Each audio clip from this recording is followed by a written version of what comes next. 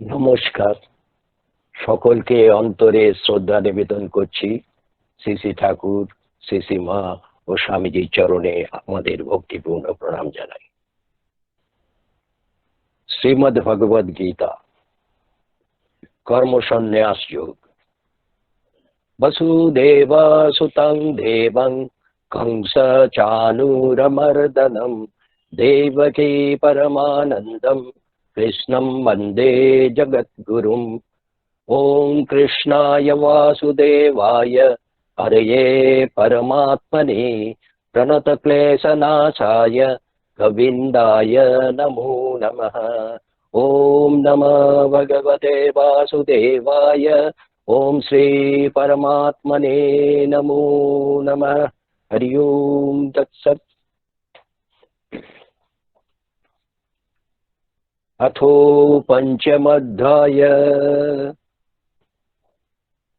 अर्जुनोवाच सन्न्यासं कर्मणं कृष्ण पुनर्योगं च संससि अच्छय इतयरेकं तन्मे ब्रूहि सुनिश्चितम्। অর্জুন বললেন, হে কৃষ্ণ, আপনি স্বরূপত কর্ম ত্যাগ করতে বলছেন, আবার কর্মযোগেরও প্রশংসা করছেন। সুতরাং এই দুটি সাধনের মধ্যে যেটি নিশ্চিতভাবে কল্যাণকারী, আমাকে সেইটি বলে দিন। অর্জুনের মনে দ্বিধা উপস্থিত হয়েছে। কি করলে কল্যাণ হয় ভাবছেন। প্রথমে তার মনে পরিবার পরিজনদের প্রতি স্নেহ বশত যুদ্ধ না করার ইচ্ছা হয়েছিল। এই জন্য অনেক তর্ক করেছেন, যুক্তি দেখিয়েছেন। তিনি যুদ্ধকে পাপ করা হবে বলে মনে করেছিলেন। অর্জুন যুদ্ধ না করে ভিক্ষা করে জীবন ধারণ শ্রেয় মনে করেছিলেন। তখন অর্জুন ভগবানের কথাগুলিকে নিজের মতো করেই চিন্তা করেছিলেন। তাই বলছেন, আপনি কখনো জ্ঞান যোগের প্রশংসা করছেন, আবার কখনো বা কর্মযোগের প্রশংসা করছেন। এখানে অর্জুন যা জিজ্ঞেস করছেন তার উত্তরে ভগবান বলেছেন, কর্মযোগ শ্রেষ্ঠ। কর্মযোগী অনায়াসে সংসার বন্ধন হতে মুক্ত হন। কর্মযোগ ব্যতিরেকে সাধনে সিদ্ধি লাভ করা কঠিন। এই কথা বলে ভগবান অর্জুনকে যেন বলছেন, কর্মযোগী অর্জুনের পক্ষে সত্তর ও সহজে ব্রহ্ম প্রাপ্তির পথ। অতএব তার কর্মযোগের সাধন করা উচিত। অর্জুনের মনে প্রধানত নিজ কল্যাণেরই আকাঙ্ক্ষা ছিল, আর কল্যাণ প্রাপ্তিতে ইচ্ছার প্রাধান্য থাকে।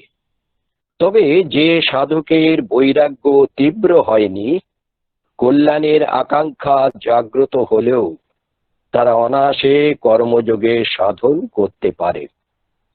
অর্জুনের হৃদয়ে ভোগে সম্পূর্ণ বৈরাগ্য জাগেনি, অথচ নিজ কল্যাণের ইচ্ছা বর্তমান। সেই জন্যই তিনি কর্মযোগের অধিকারী। প্রথম দিকে অর্জুনের বক্তব্য ছিল, যুদ্ধে কুটুম্বদের বধ করে তিনি বিজয়ী হয়ে রাজ্য লাভ করতে চান না। অর্থাৎ স্বজনদের বধ না করে যদি রাজ্য লাভ করা সম্ভব হয়, তাহলে তিনি তাতে প্রস্তুত। পরে অবশ্য ভগবান অর্জুনকে বলেছেন যে, তোমার তো উভয়তেই লাভ। যদি তুমি যুদ্ধে হত হও তবে তোমার স্বর্গ প্রাপ্তি হবে, আর যদি বিজয়ী হও তাহলে রাজ্য লাভ করবে। অর্জুনের মনে স্বর্গ এবং রাজত্বের প্রতি যদি বিন্দুমাত্র আকাঙ্ক্ষা না থাকতো, তাহলে ভগবান হয়তো এমন কথা বলতেন না। বৈরাগ্য তীব্র নয় বলেই ভগবান এই কথা বলছেন। শ্রী ভগবান উবাচ সন্ন্যাস কর্ম যোগশ্চ নিঃশ্রেয়োসকর উভৌ তয়োস্তু কর্ম সন্ন্যাসাৎ কর্মযোগ বিশিষ্যতে। শ্রী ভগবান বললেন, সন্ন্যাস অর্থাৎ কর্মযোগ এবং কর্মযোগ, সাংখ্যযোগ এবং কর্মযোগ দুটি কল্যাণকারী, কিন্তু এই দুটির মধ্যে কর্ম সন্ন্যাস অপেক্ষা কর্মযোগই শ্রেষ্ঠ। এই স্থানে সন্ন্যাস পদটির অর্থ সাংখ্যযোগ, কর্মকে স্বরূপতা ত্যাগ করা নয়। অর্জুনের প্রশ্নের উত্তর দিতে গিয়ে ভগবান কর্মত্যাগ করে সন্ন্যাসের কথা না ভেবে কর্মরত অবস্থায় জ্ঞান প্রাপ্ত করার যে পথ সাংখ্যযোগে আছে সেইটি জানাচ্ছেন। এই সাংখ্যযোগের দ্বারা মানুষ বর্ণ, আশ্রম, সম্প্রদায় নির্বিশেষে যে কোনো পরিস্থিতিতে স্বাধীনভাবে জ্ঞান প্রাপ্ত করতে পারে। মন থেকে আসক্তি দূর না হলে জগতের স্বতন্ত্র সত্তার প্রভাব দূর হওয়া অত্যন্ত কঠিন। সেই জন্য ভগবান বলছেন যে দেহাভিমানী ব্যক্তিদের পক্ষে এই সাধনা কষ্টকর। কর্মযোগের সাধনা ছাড়া সন্ন্যাসের সাধনা কঠিন। এই প্রসঙ্গে শিব জ্ঞানে জীব সেবার কথা উল্লেখ করা যেতে পারে, যা রামকৃষ্ণ মিশনের আদর্শ। মানুষ মাত্রই কর্মের প্রতি আসক্তি অনাদিকাল থেকেই চলে আসছে। সেটি নিবৃত্তির জন্যই কর্মে প্রবৃত্ত হওয়া আবশ্যক। কিন্তু এইসব কর্ম কোন ভাব এবং উদ্দেশ্য নিয়ে কিভাবে করা যায় যাতে আসক্তি সম্পূর্ণরূপে দূর হয়, সেই কর্তব্য কর্ম করার কৌশলকেই কর্মযোগ বলা হয়। কর্তব্য কর্ম হিসাবে যা উপস্থিত হয় তা নিষ্কাম ভাবে অপরের হিতার্থে করণীয়। সেই সঙ্গে নিঃস্বার্থভাবে সমাজের মর্যাদা সুরক্ষিত রাখার উদ্দেশ্যে মানুষকে কুপথ থেকে সুপথে চালিত করার উদ্দেশ্যে কর্ম করা। গীতায় এটিকে যথার্থ কর্ম নামে বলা হয়েছে।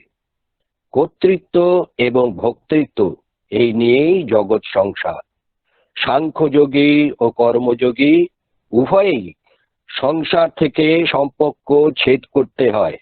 তাই উভয় যোগীর কর্তৃত্ব এবং ভোক্তৃত্ব এই দুই বাসনার অবসান ঘটানোর প্রয়োজন আছে।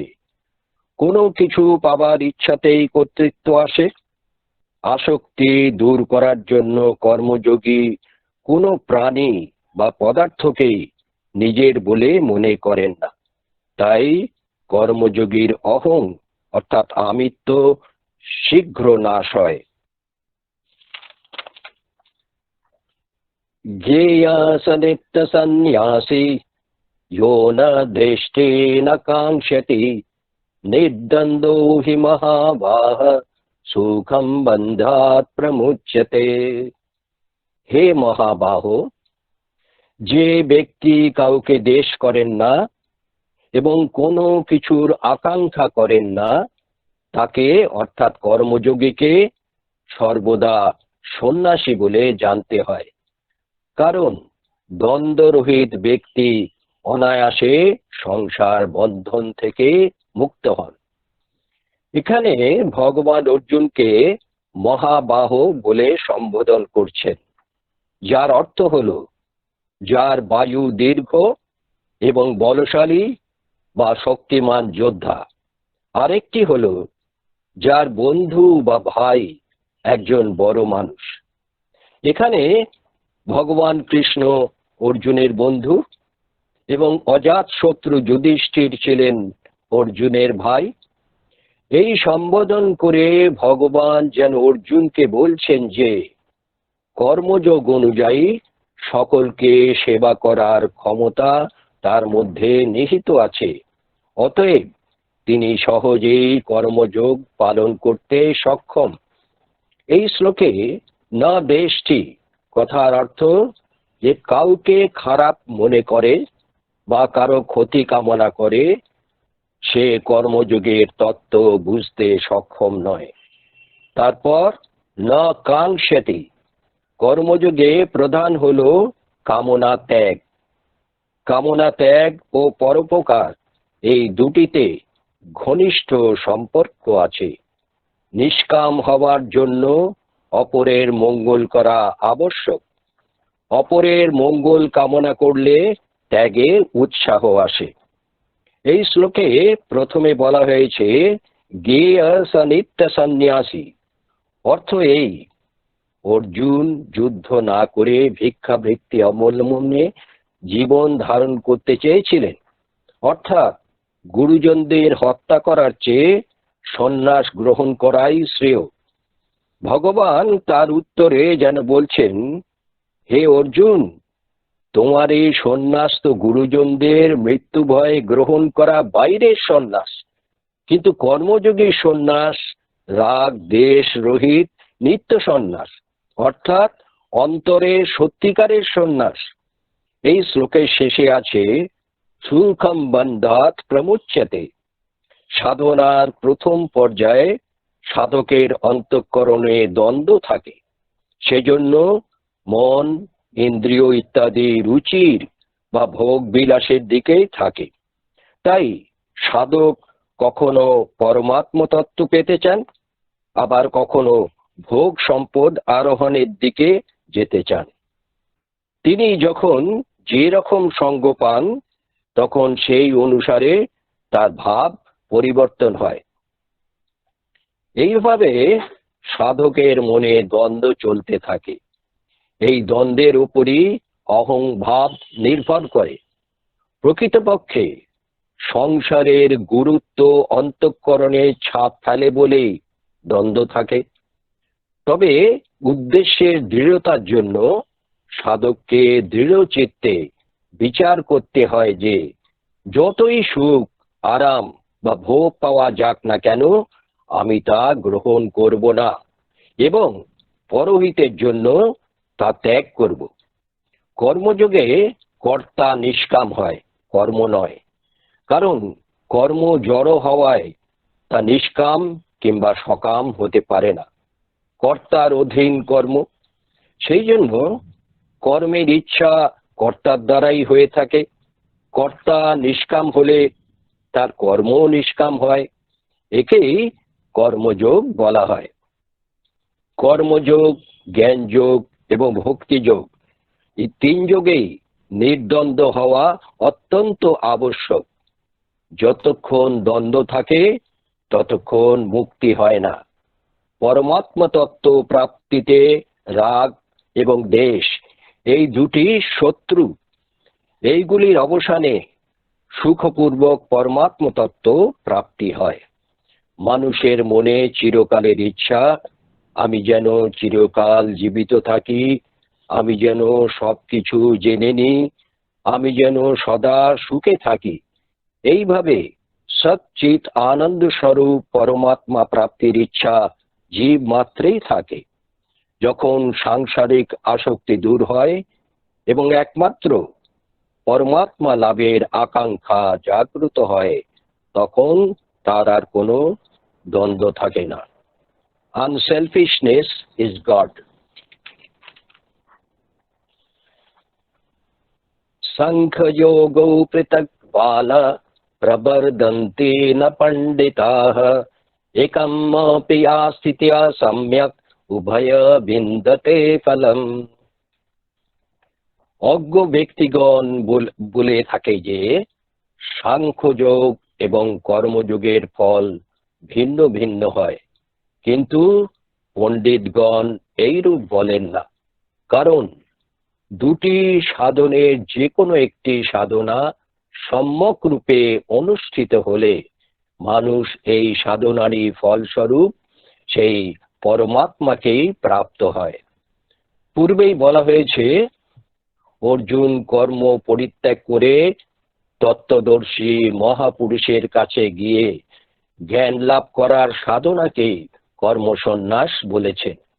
কিন্তু ভগবান নিজের সিদ্ধান্তের প্রাধান্য ব্যাখ্যা করার জন্য একে সন্ন্যাস এবং কর্মসন্ন্যাস নামে অভিহিত করেছেন। এখন সেই সাধনাকে ভগবানের স্থানে সাংখ্য নামে অভিহিত করেছেন।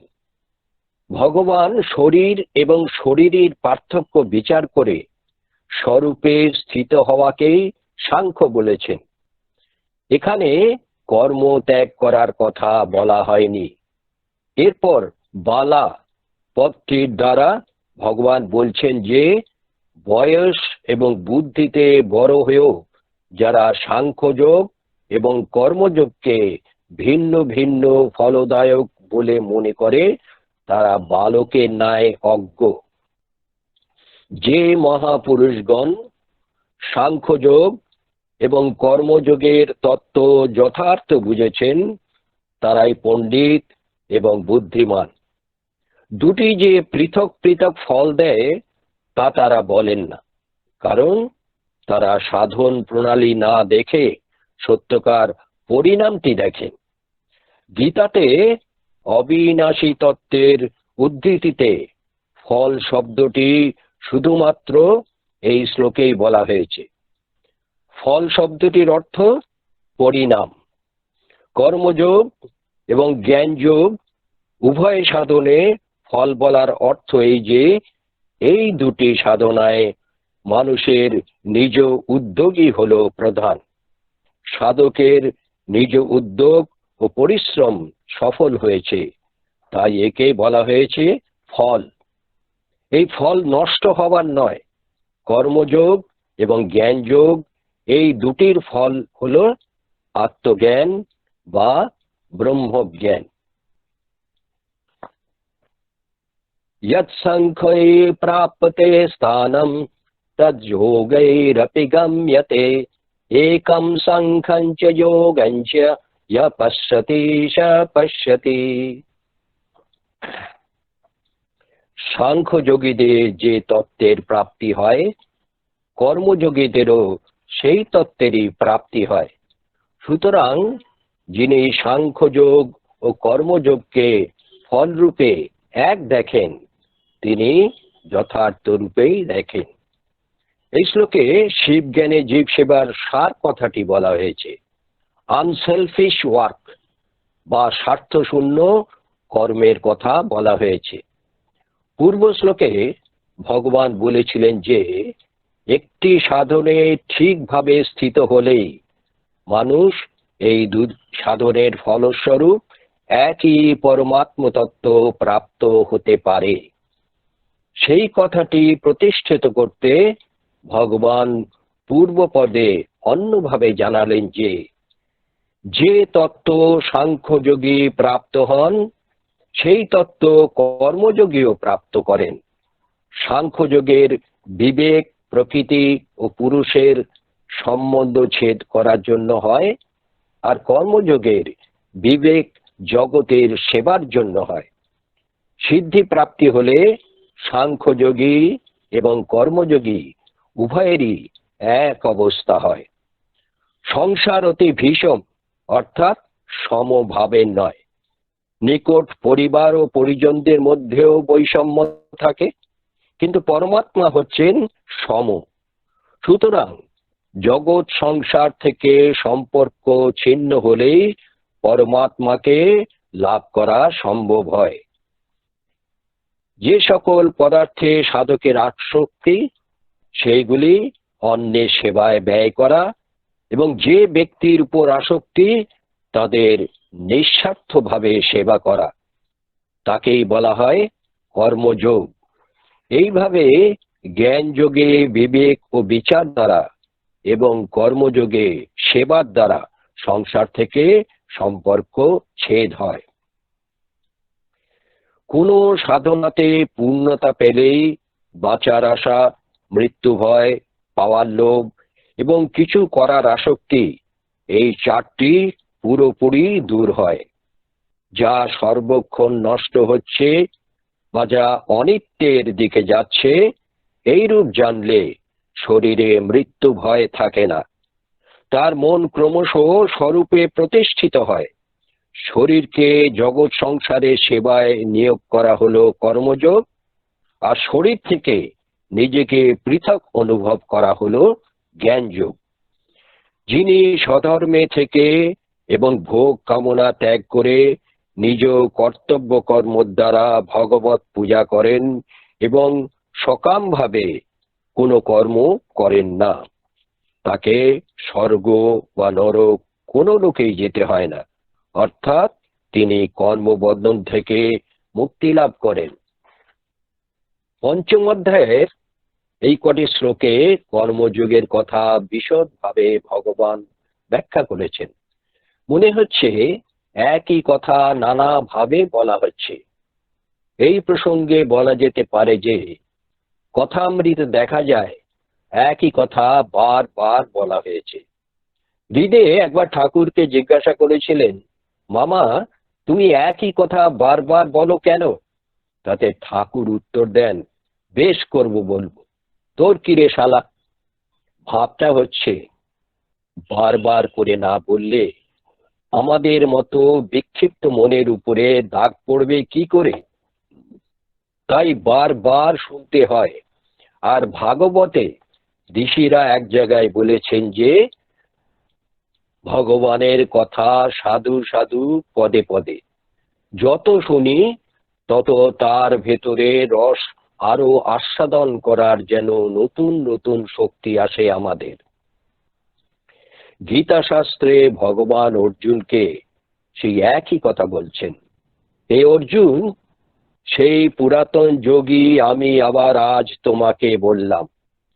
প্রাচীনকালে বহুবার যা বলা হয়ে গিয়েছে গীতায় তাই পুনরাবৃত্তি করে অর্জুনকে বললেন। ভগবান যুগে যুগে আবির্ভূত হন এবং সেই একই সনাতন তত্ত্ব বলেন, এতে পুনরুক্তি দোষ হয় না। বারবার একই কথা বলতে শাস্ত্রের কোনো আলস্য নেই। কেন না, আমাদের মন এমন নয় যে বারবার শুনলেও তাতে কিছু রেখাপাত হয় কিনা সন্দেহ। এই জন্য শাস্ত্র অনলস ভাবে বারবার বলে যাচ্ছেন। যেমন মা সন্তানকে বারবার উপদেশ দেন তার কল্যাণের জন্য, তাই শাস্ত্রের সার কথা তা শাস্ত্র বারবার বলেন, বহুভাবে বলেন। গীতা শাস্ত্রে ভগবান কৃষ্ণ যা উপদেশ দিয়েছিলেন কালক্রমে মানুষ তা ভুলে গিয়েছিল। সেই শিক্ষাই জগৎ আবার নতুন করে শিখল শ্রীরামকৃষ্ণের অমৃত কথা শুনে। গীতা এবং কথামৃতের কথাগুলি পাশাপাশি রেখে শুনলে মনে হবে ভগবান সেই একই সনাতন সত্যের কথাই বারবার বলছেন। সন্ন্যাসস্তু মহাবাহ দুঃখম আপ্তুম অয়োগতঃ যোগযুক্ত মুনির্ব্রহ্ম ন চিরেণ অধিগচ্ছতি। কিন্তু মহাবাহ, কর্মযোগ ব্যতিরেকে সাংখ্যযোগ সিদ্ধ হওয়া কঠিন। মননশীল কর্মযোগী শীঘ্রই ব্রহ্ম প্রাপ্ত হন। সাংখ্যযোগের সাফল্যের জন্য কর্মযোগ সাধন অতি আবশ্যক, কারণ একটি ছাড়া সাংখ্যযোগে সিদ্ধি লাভ করা কঠিন। কিন্তু কর্মযোগে সিদ্ধি প্রাপ্ত হতে গেলে সাংখ্যযোগ সাধনার প্রয়োজন নেই। সাংখ্যযোগীর লক্ষ্য হলো পরমাত্ম তত্ত্ব অনুভব করা, কিন্তু আসক্তি থাকলে এই সাধনার দ্বারা পরমাত্ম তত্ত্ব অনুভব করা তো দূরের কথা, এটি হৃদয়ঙ্গম করাই কঠিন হয়ে পড়ে। নিষ্কাম ভাবে অপরের হিতের কথা যিনি মনন করেন সেই কর্মযোগীকে এখানে মুনি বলে উল্লেখ করা হয়েছে। কর্মযোগী ছোট বা বড় যে কোনো ক্রিয়া করার সময় বিচার করে যে তার ভাব নিষ্কাম না সকাম।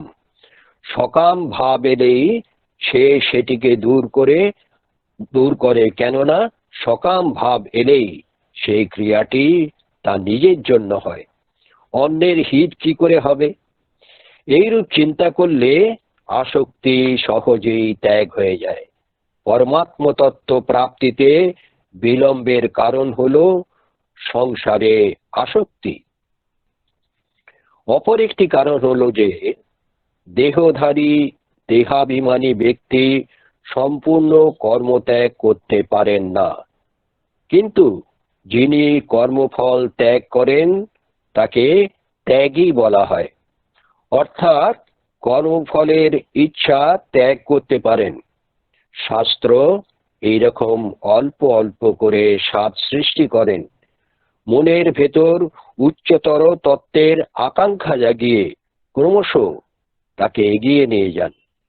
ঠাকুর তাই বলতেন, কামনা বশে কর্ম করছো, যদি নিষ্কাম হয়ে করো তাহলে আরো বেশি ফল পাবে।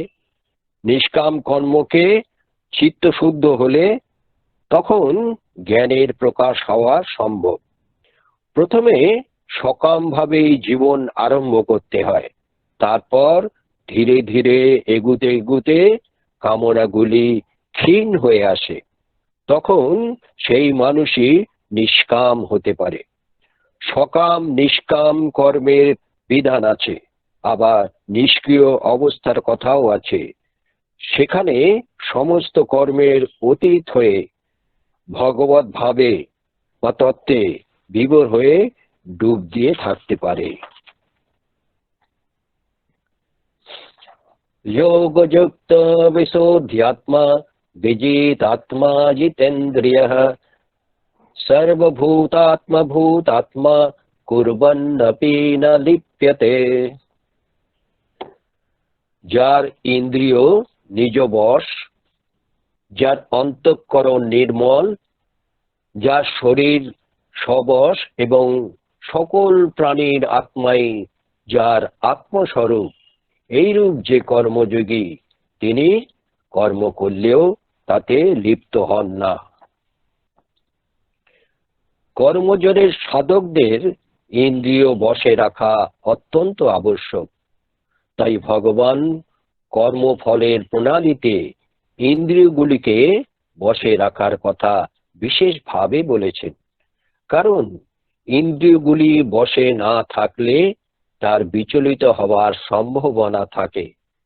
কর্মযোগ সাধনে অন্যের হিতের জন্য সেবার ভাব রেখে কর্তব্য কর্ম করতে হয়, তাহলে ইন্দ্রিয়গুলি বশে থাকে। কর্মযোগে শরীরের সুখ আরাম ত্যাগ করা অত্যন্ত প্রয়োজন। যদি আলস্য প্রমাদ আসে তবে কর্মযোগের অনুষ্ঠান করা সম্ভব হয় না। এখানে ভগবান বলছেন সর্বভূতাত্মভূতাত্মা, অর্থাৎ সমস্ত প্রাণী জগতের সঙ্গে নিজের একাত্মতা অনুভূত হয়। যেমন শরীরের কোনো অংশে আঘাত লাগলে অন্য অঙ্গ তার সেবা করার জন্য স্বাভাবিকভাবে কোনো অহংভাব না রেখে, কৃতজ্ঞতার আশা না করে স্বতঃস্ফূর্তভাবে কাজ করে, তেমনি কর্মযোগীও অন্যকে তৃপ্তি দেওয়ার জন্য সহজভাবে সেবা করে বা সকলকেই নিজ অঙ্গ বলে মনে করেন।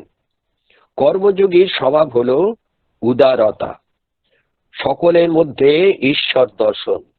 স্বামীজির কথায়, জীবে প্রেম করে যেই জন, সেই জন সেবিছে ঈশ্বর।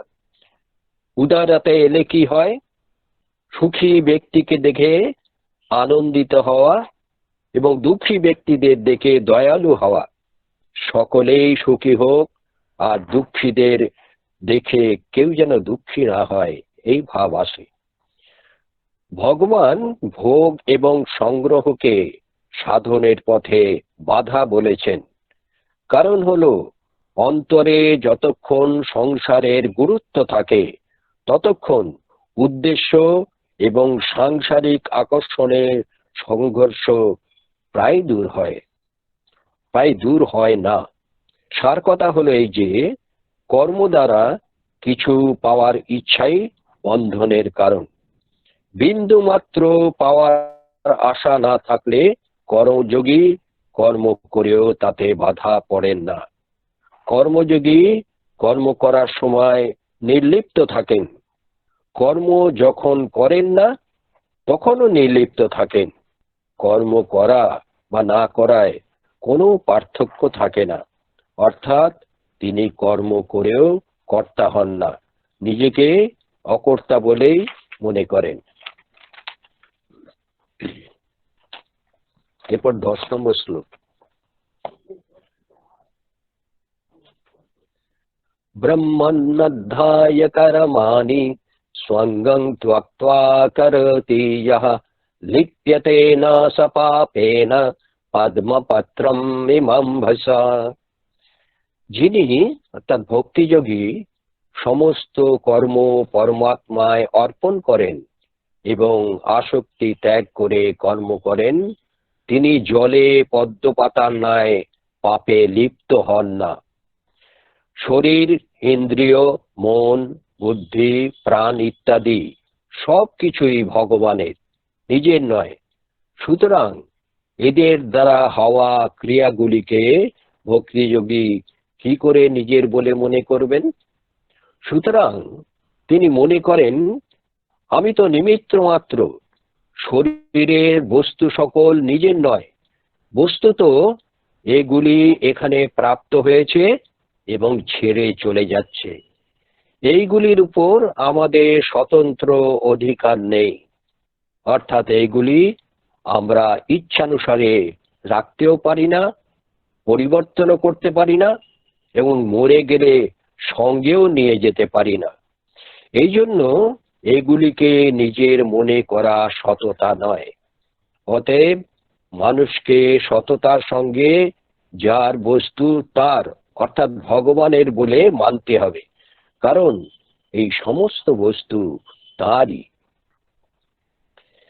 ভগবানের শরণাগত হয়ে ভক্তিযোগী সংসার থেকে ভগবানে নিবেদিত ভাবে কর্ম সম্পন্ন করলে কর্ম দ্বারা বন্ধন প্রাপ্ত হন না। যেমন পদ্মপাতা জলে উৎপন্ন হয়ে জল থেকে নির্লিপ্ত থাকে, তেমনি ভক্তিযোগী সংসারে থেকে সমস্ত ক্রিয়া করলেও ভগবানের শরণাগত হওয়ায় সংসারে সর্বদা নির্লিপ্ত থাকেন। ভগবানের প্রতি বিমুখ হয়ে সংসারের কামনা করাই সমস্ত পাপের প্রধান কারণ। কামনা উৎপত্তি হয় আসক্তি থেকে, আসক্তি দূর হলে কামনা থাকে না, তাই পাপ হওয়ার সম্ভাবনাও থাকে না। আসক্তি রহিত হয়ে ভগবানের জন্য কর্ম করলে এর প্রভাবে সঞ্চিত পাপ বিলীন হয়ে যায়। অজ্ঞানতা থেকেই আসক্তি উৎপন্ন হয়। সুতরাং যতক্ষণ জ্ঞান লাভ হয় নাই, ততক্ষণ এই সংসারে ফিরে ফিরে আসতে হয়।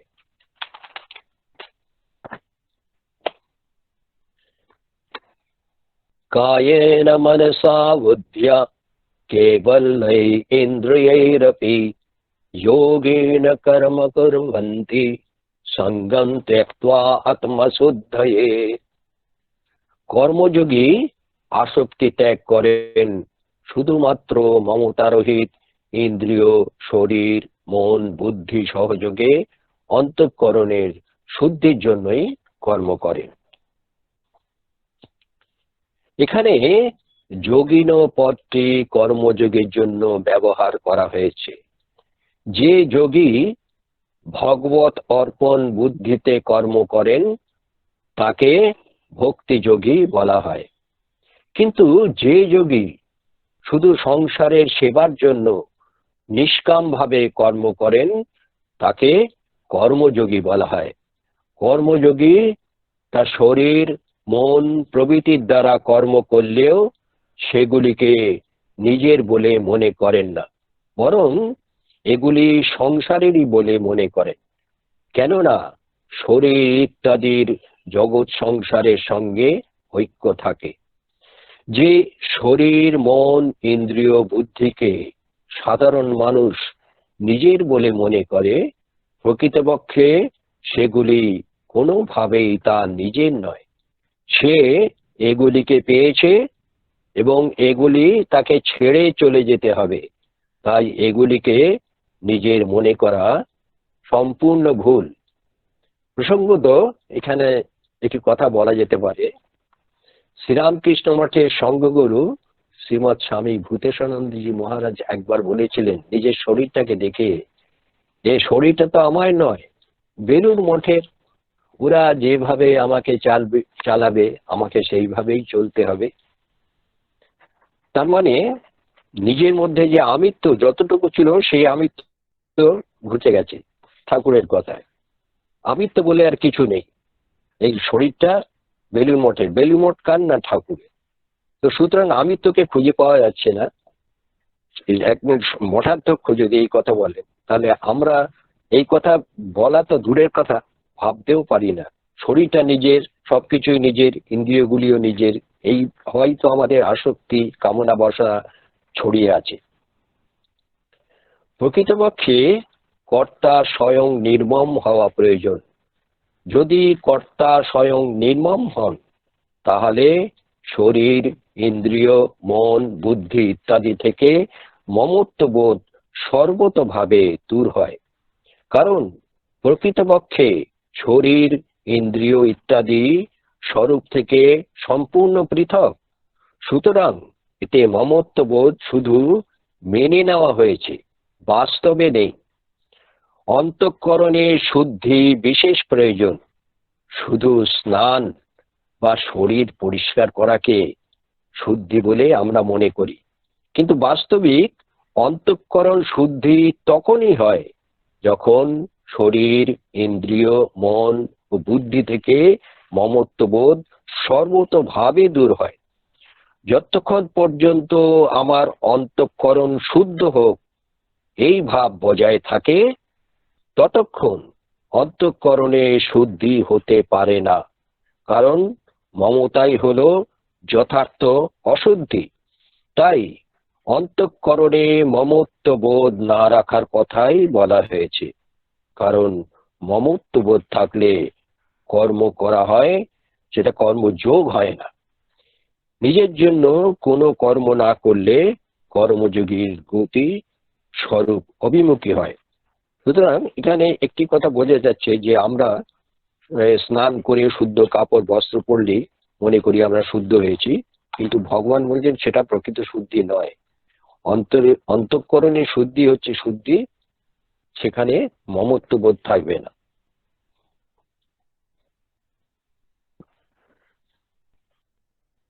युक्त कर्म फलं त्यक्त्वा शान्तिं आपनते नैष्ठिकीम् अयुक्त कामकारेण फले सक्त्वा निबद्धते। কর্মযোগী কর্মফল ত্যাগ করে নৈষ্ঠিক শান্তি, নির্বাণ, মোক্ষ প্রাপ্ত হন। কিন্তু সকাম ব্যক্তি কামনাবশত ফলে আসক্ত হয়ে বন্ধন দশা প্রাপ্ত হন। এই শ্লোকে কর্মফল ত্যাগ করার অর্থ ফলের ইচ্ছা বা আসক্তি ত্যাগ করা। কর্মফলের ইচ্ছা ত্যাগ করার অর্থ যে কোনো কর্ম এবং কর্মফলে নিজের জন্য কখনো বিন্দুমাত্র সুখ পাওয়ার আশা না রাখা। কর্ম করলে প্রথমত একটি ফল বা সুখ পাওয়া যায়। এই দুই প্রকার ফলের ইচ্ছাই ত্যাগ করতে হয়। কিছুই নিজের নয়, নিজের জন্য কিছুই করার নেই এবং প্রয়োজনও নেই। এইভাবে কর্তা সর্বপ্রকারে নিষ্কাম হলে কর্মফলের ইচ্ছা ত্যাগ হয়। সঞ্চিত কর্ম অনুসারে প্রারব্ধ সৃষ্টি হয়। প্রারব্ধ অনুযায়ী মানুষ জন্মগ্রহণ করে এবং মনুষ্য জন্মে নতুন কর্ম সৃষ্ট হওয়ায় নতুন কর্ম সংস্কার সঞ্চিত হয়। কিন্তু কর্মফলের আসক্তি ত্যাগ করে কর্ম করলে কর্ম সিদ্ধ বীজের ন্যায় সংস্কার উৎপন্ন করতে অসমর্থ হয় এবং তার সংজ্ঞা অকর্মে পরিণত হয়। এইভাবে সঞ্চিত কর্মফল আস্তে আস্তে শেষ হয় ও তার পূর্বজন্মের কারণই শেষ হয়ে যায়, পুনর্জন্মের কারণই শেষ হয়ে যায়। আমরা আগে বলেছিলাম যে কর্ম তিন প্রকার হয়, সঞ্চিত, প্রারব্ধ, ক্রিয়মান। কিন্তু এখন ভগবান এখানে কর্মফলের কথা বলছেন যে কর্মফল চার রকমের হয়। প্রথম দৃষ্ট কর্মফল, বর্তমানে করা নতুন কর্মের ফল যা তৎক্ষণাৎ প্রত্যক্ষ প্রাপ্ত হয়, যেমন আহার করলে তৃপ্তি লাভ হয়। 2, অদৃষ্ট কর্মফল। বর্তমানে করা নতুন কর্মের ফল যেটি এখন সঞ্চিত রূপে সংগৃহীত হচ্ছে, কিন্তু ভবিষ্যতে ইহলোকে এবং পরলোকে অনুকূল বা প্রতিকূল রূপে প্রাপ্ত হবে। 3 নম্বর, প্রাপ্ত কর্মফল। প্রারব্ধ অনুযায়ী বর্তমানে প্রাপ্ত শরীর, জাতি, বর্ণ, ধন, সম্পত্তি, অনুকূল এবং প্রতিকূল পরিস্থিতি ইত্যাদি। 4, অপ্রাপ্ত কর্মফল। প্রারব্ধ কর্মের ফলস্বরূপ রূপে যে অনুকূল বা প্রতিকূল পরিস্থিতি ভবিষ্যতে মিলতে পারে। এই 4 রকম কর্মফলের কথা ভগবান বলছেন।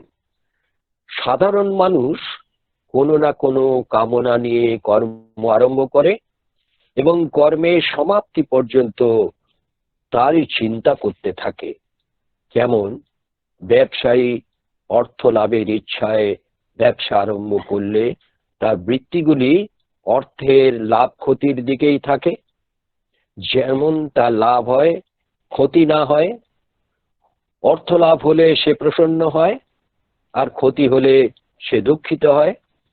এইভাবে সকল ব্যক্তি, স্ত্রী, পুত্র, ধন, মান, কীর্তি ইত্যাদি কোনো না কোনো অনুকূল ফলের আশা নিয়ে কর্ম করে, কিন্তু কর্মযোগী ফলের ইচ্ছা ত্যাগ করে কর্ম করেন। এখন প্রশ্ন উঠতে পারে যে যদি কোনো ইচ্ছাই না থাকে তাহলে লোকে কর্ম করবে কেন? এর উত্তর, সর্বপ্রথম কথা হলো যে কোনো মানুষ কোনো অবস্থাতেই কর্ম ত্যাগ করতে পারে না।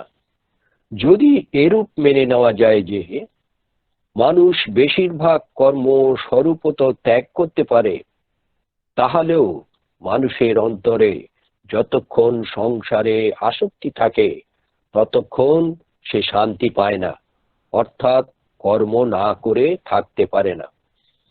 আর বিষয় চিন্তা অবশ্যই হবে, যেটিকে কর্ম করাই বোঝায়। বিষয়ে চিন্তা হওয়ায় সে ক্রমশ পতনের দিকে চলে যাবে। সেই জন্য যতক্ষণ আসক্তি সম্পূর্ণভাবে দূর না হয় ততক্ষণ মানুষ কর্ম থেকে মুক্তি পায় না। কর্ম করলে পুরাতন আসক্তি নাশ হয় এবং নিঃস্বার্থভাবে পরহিতের জন্য কর্ম করলে নতুন ভাবে আসক্তি উৎপন্ন হয় না। অতএব কর্ম এবং কর্মফল দুই নশ্বর। হয় কর্ম থাকবে না, নয় আমাদের শরীর থাকবে না। আবার ইচ্ছা করলে বেশি ফল পাওয়া যায় এবং ইচ্ছা না করলে কম ফল পাওয়া যায়, এমন নয়।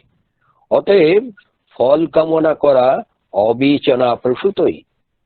কামনাযুক্ত ব্যক্তি নতুন নতুন কামনার জন্যই ফলে আসক্ত হয়ে জন্ম মরণ রূপ বন্ধনে আবদ্ধ হয়। কামনার দ্বারা কোনো বস্তুই পাওয়া যায় না। যদি পাওয়া যায় তাহলে তা চিরস্থায়ী হয় না। এই কথা প্রত্যক্ষভাবে জেনেও বস্তু কামনা করা ভ্রম। তাই শঙ্করাচার্য একটি শ্লোকে বলেছেন, পুনরপি জননম পুনরপি মরণম পুনরপি জননী জঠরে শয়নম ইহ সংসারে খলু দুস্তারে কৃপয়া অপারে পাহি মুরারে। এই জন্ম মৃত্যু চক্র থেকে, এই ভীষণ সংসার সমুদ্র থেকে ভগবান আমায় পার করো। ভজ গোবিন্দম ভজ গোবিন্দম ভজ গোবিন্দম মূঢ়মতে।